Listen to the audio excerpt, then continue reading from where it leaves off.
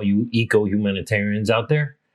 Today we're going to talk about something very special because it's all about packaging and recycling. And we're going to talk about symbols. What do these little symbols mean on the back of the package? Here's a package with a little recycling symbol, and it also has some symbols up front that say biodegradable, organic. I'm going to teach you what these symbols mean and which ones you should actually look for that are actually eco-friendly. So let's start with the one that everyone knows, okay? And that is these two logos. And these two are the normal recycling logos. These two logos have lost a lot of credibility in the last couple of years. Why? Because just because it is recyclable doesn't mean it's being recycled. And that's a problem. We know today that 30% of the plastics get downcycled, meaning actually recycled. 70% ends up in landfills. Now you're going to see the little graph, the little picture on your right with a couple of objects there, and you're going to see that plastic cutlery, only 1% gets accepted. With cups, only 11% get accepted, and with plastic bags, only 4% get accepted. The rest goes in the dump. And here's another graph that really takes it home.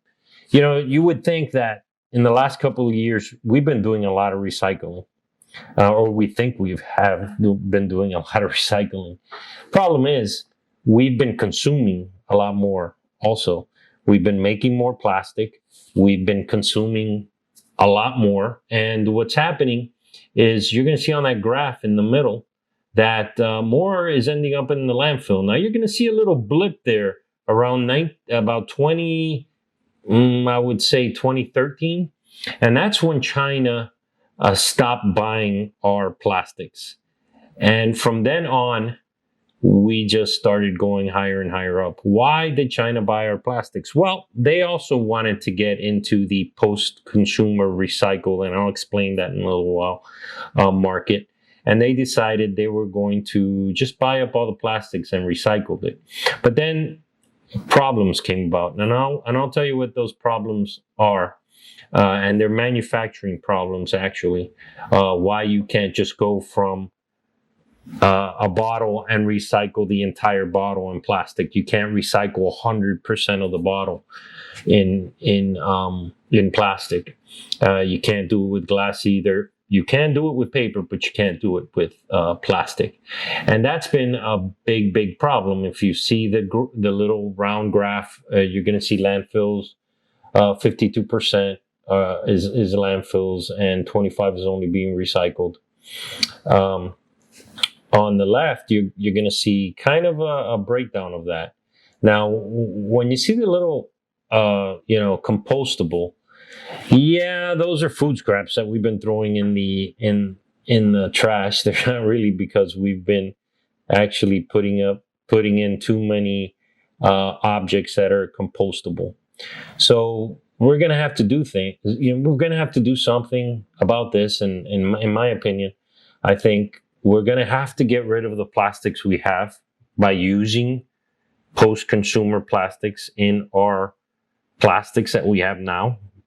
So we're going to have to produce plastic, but yet add the post-consumer in, and then decrease that amount as we're using other types of plastics like bioplastics. Now, I'm going to have a totally different episode or a video on the bioplastics, and we will talk about bioplastics because they do break down. And when we say recycled, and this is why this recycle logo is very it's fake news, because just because it can be recycled, normal plastic, meaning plastic made from petroleum, takes 450 years to biodegrade. And everybody says, oh, well, it can biodegrade. Yeah, well, it takes 450 years. Not only does it take 450 years, but the microorganisms that break it down are wasting their time trying to break down something that is not good for them.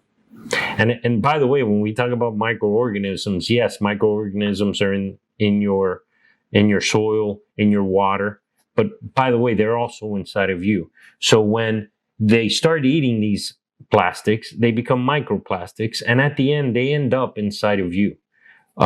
So what we're going to have to do as a nation, as humanitarians on Earth, all of us, is try and come up with product that is eco-friendly and it's good for the environment. And the microbes that break it down are going to love the whatever it is, the material, and it's going to be beneficial for them. Because the one thing we don't talk about is the health of our soils. We don't talk about it very much, and we need to start talking about it a little bit more, for the simple reason that if our soils are healthy, these plants grow a lot faster and the plants take out CO2. Now, I'm not saying that that's the answer. There's a lot of things we need to do other than grow plants to try and take care of the CO2 problem. And we'll talk about that. But for now, let's just talk about packaging, and let's talk about the actual issue here. So a lot of it ends up in landfills. And we'll go back to this symbol, and basically it means product can be recycled, but there's no real set time for the decomposition, and the materials can be harmful to the environment. So if we know that 70% of plastic is ending up in the landfill, it's taking most of the time over 450 years to decompose. It's actually not beneficial for the soils or for us.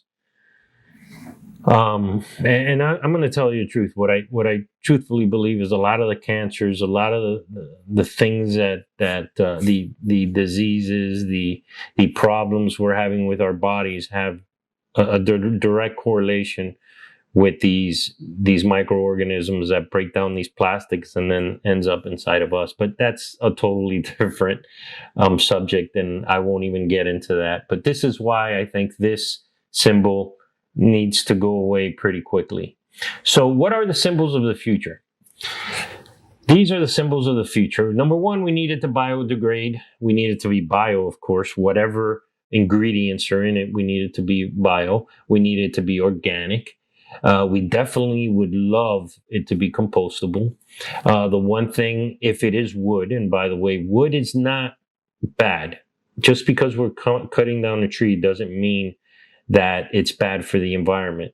This FSC logo, the Responsible Forestry logo, basically is managed forestry. So we actually cut one and we plant one.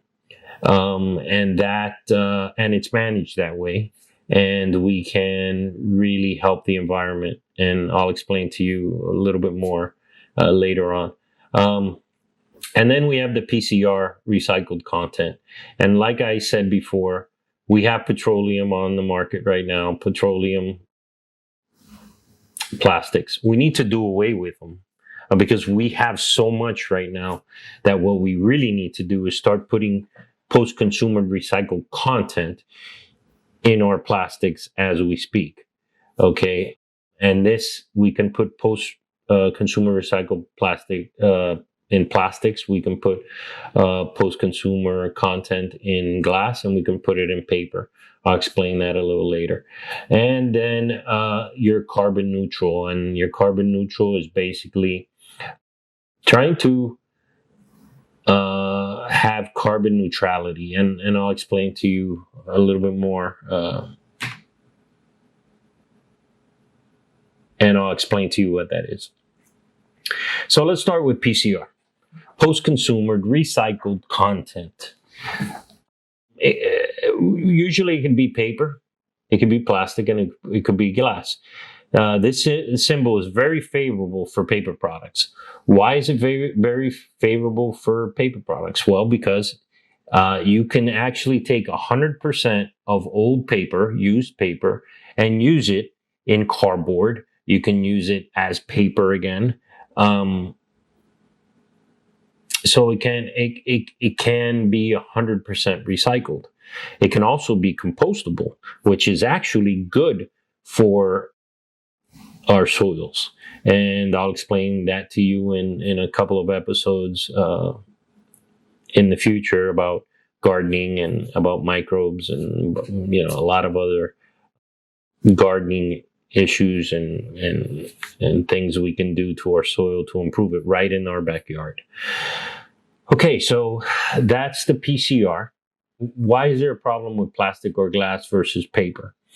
Well, plastic and glass actually have a problem. Basically, when you heat up your plastic to actually melt it down, it actually changes the composition a little bit of that plastic. So you actually need new plastic or new petroleum to put into that plastic. So I could see in the very near future our packaging looking a little bit like what we see on the right-hand side, which is 100% PCR, and it's a little darker. And it's okay. I think we need our mindset to change a little bit on how we see packaging. Just imagine yourself going to the supermarket and picking up, let's say, some cookies that basically are in a see-through plastic container, but it's a little darker. Right now, that's happening in Europe. They're already doing it. We need to start doing it, and we need to stop complaining about it.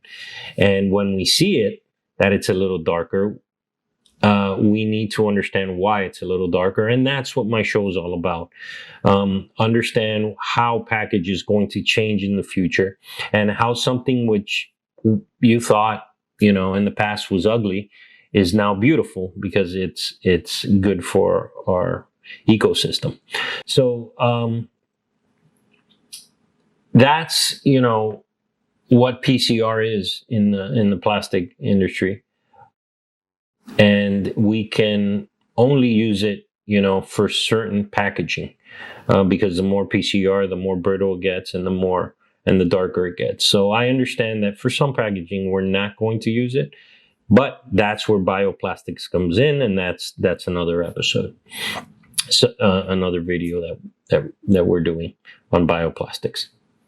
Okay, so what about glass? Well, glass actually has a melting point, and sometimes glass reacts differently to 100% PCR glass.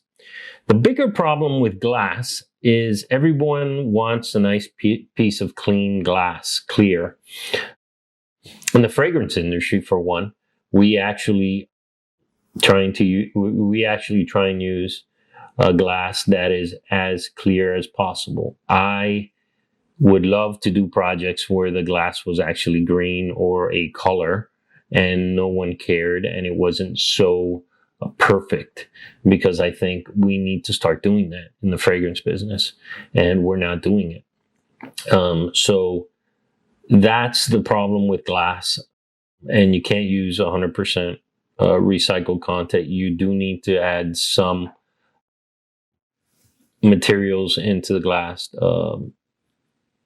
chemicals, and we will, by the way, tour a glass plant so you understand it a little bit more. You cannot use 100% recycled content right now. At least for fragrance, we're up to about 40% recycled content, and we will tour one of those factories so you understand what they're doing and how they're doing it. With other kind of glass factories like Coca-Cola plant, you can use a little bit more because they're a little forgiving on the glass and how it looks. So that's PCR, and that's the logo. And another little note on these logos. This one right here, the FSC logo, Responsible Forestry, is probably the one that is exact. That's the one you're always going to see. But all the other ones like Bioorganic, you will see these logos, but you won't always see them the same way, meaning these symbols will not look the same way every single time. Why? Because the ISO, International Standards Organization, and other organizations like SPICE, which mostly concentrates on fragrance and cosmetics, are trying to come up with some kind of standard for these logos and some kind of watchdog where they can actually look at the product, rate it, and then let you use the symbol. So we are working on that, I guess, as professionals in the industry. We're working on how to do that, and we will be making more episodes about that as news comes along and we have some progress. So this is the FSC logo. Back to this logo. This logo is just like you see it. You're going to see it maybe in a square, but this is the logo you're going to see, and it's Responsible Forestry. And basically what it means is you cut one, you plant one.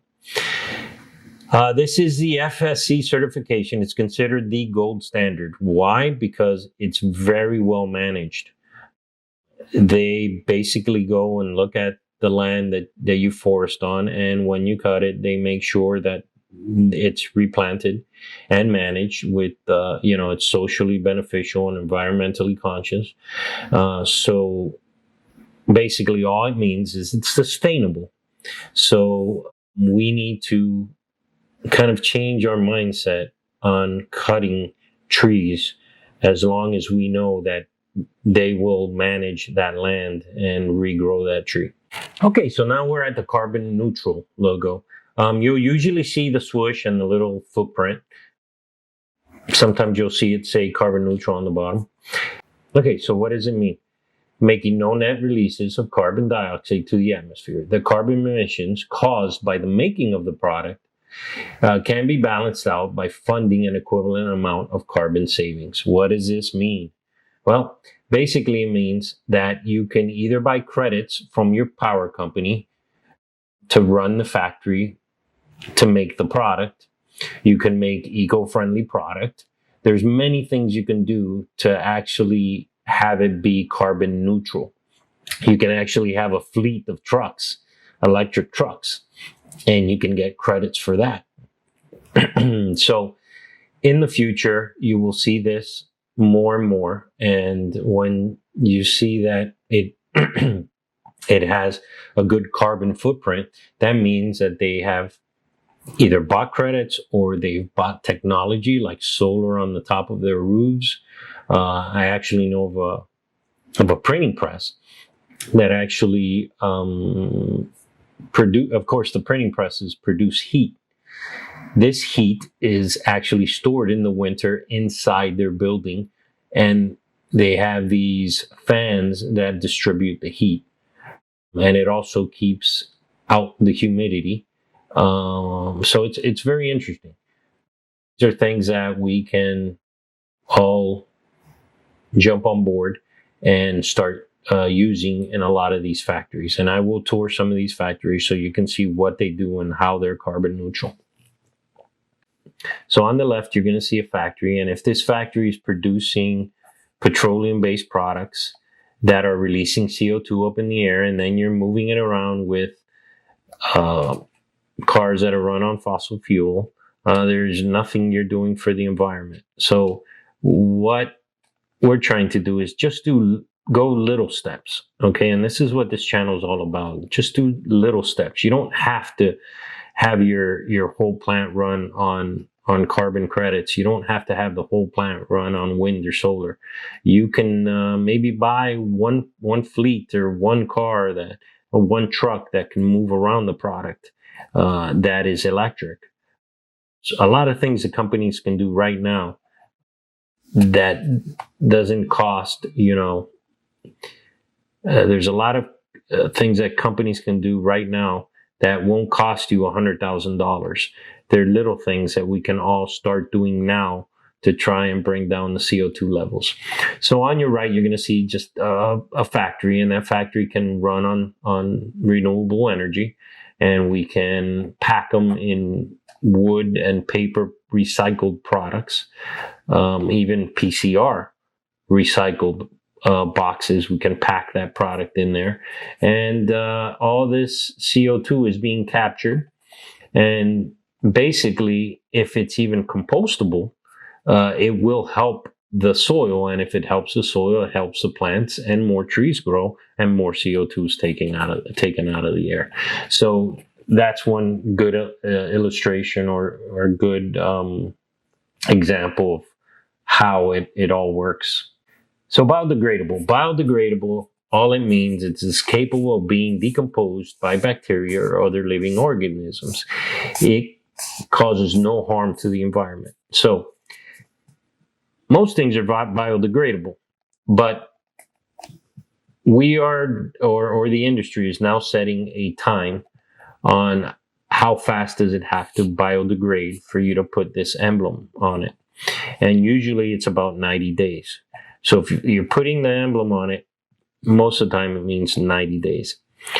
So now it takes 90 days, but does it really have to be beneficial for the soil? Meaning the microorganisms break everything down, break the products down, and it's at the end not beneficial, but it doesn't harm the soil. So that's okay. So this is one of the symbols that we really want to use, and we want to keep seeing again and again and again. And how does stuff biodegrade? Well, bioenzymes in the product break down the molecular structure faster. So this product here has enzymes, bioenzymes, and that will attract the microorganisms, and it will actually break down faster. We can do it actually even with petroleum products today. There are some breakthroughs where if we were to do petroleum products with, which I don't recommend, by the way, I recommend bioplastics or a compostable product. So let's talk about how it breaks it down. So bioenzymes in the product break down the molecule structure faster and is safer for the environment. End product is H2O or CO2. So basically when it breaks down into either carbon, or it can break down in the water and it turns into water. So these are the types of biodegradable product that we look for. So let's talk about compostable. And this is the gold standard for what we're looking for in an eco-friendly product. Compostable has its problems, by the way. When you're asking for something to break down quickly, compatibility issues with the ingredients happen. So not everything, we can't move to compostable from one day to the next because there are issues. So we are working through those issues as packaging engineers and designers to try and get something that is compostable, but yet the product inside is not affected by something that will break down. So what is the gold standard? Well, the gold standard is I throw it back in my backyard and in the ground, it will decompose within 90 days. That's the gold standard. Now, compostable product is more than just biodegradable. There are companies that add minerals and beneficial enzymes that will benefit the soil and provide nitrogen, phosphorus, and phosphate, which in turn provides food for all living organisms that soak up CO2. So basically, the microorganisms eat up the enzymes and they provide nitrogen, phosphorus, and phosphate for the plant. And anyone who's a gardener out there understands where I'm going. So that's why bioplastics are important, because they're starches that are actually put into the product, the actual packaging, and it hardens and makes the package. Wood is a good source, and here I have wood cap, another wood cap with cork inner and cork, which these contain cellulose, and cellulose is very good for our soils. So these things can decompose in our backyard. Compostable product that I have here is Hello Boo. Basically, it's a toothbrush that is made out of bamboo, and it's not fully compostable. Here's where the issue is. These bristles are made out of plastic, and they have to be cut before you throw them into your compost in your backyard, and this will decompose. I strongly agree with using something like this because until they start using bioplastics for the bristles. We don't really have too many out there that are using their compostable bristles. Right now, there are some companies using charcoal polyester bristles, and you still have to cut them, but they actually decompose much faster than any other than actually petroleum bristles. So those are great compostable product. Here's another plate that's made out of sugarcane, fully compostable. Here's another one made out of wood pulp. This one you can get at your local BJ's. It's called Chenette. You notice it's not colored. We don't really want color. To me, I would rather it just be the normal color, not white, because although they do put vegetable sometimes coloring or natural coloring, organic coloring to get it to white. They don't use chlorine. So another thing that you don't want is chlorine in your products to whiten the paper, because that's not good for our microorganisms. Because as soon as you start throwing this into your compost pile and it has chlorine in it, it will actually kill your microbes. So these are the things you need to look out for. So if it does say chlorine free on the package, that's a great thing. So that's your gold standard, compostable. And these are the symbols that you will probably see in the future. And I would hope that you keep looking for them. As an industry, as a packaging engineer, and as an industry, I can tell you we're working on it as much as we can to try and get it so that everything, or the most we can do for the environment, we're there. So if you have a product and you want it featured on my show, I have no problem with reviewing it, as long as you know that there's no holds barred. Basically, I'm going to ask you questions about the product if I can't read it on the packaging, and I'm going to make sure I have a couple of labs that are good friends of mine that they can check to make sure that it is what it is, whether it be ingredients or whether it be in the package. So there's no holds barred. I will review it, and I will be visiting some of these companies, because some of them are just breakthrough innovations that I think we need to look at. So I'd like to thank you for your time, and hope you can give me a like and a subscribe so we can keep giving you some of this content, and you can keep on being the humanitarian that you are, the eco-humanitarian that you are, and we will do this together, I promise. We will review as much as we can and make this world a little better, and we need to do it quickly within the next 10 years. I don't want to sound like an alarmist, but that's the truth. Thank you, and catch you next time.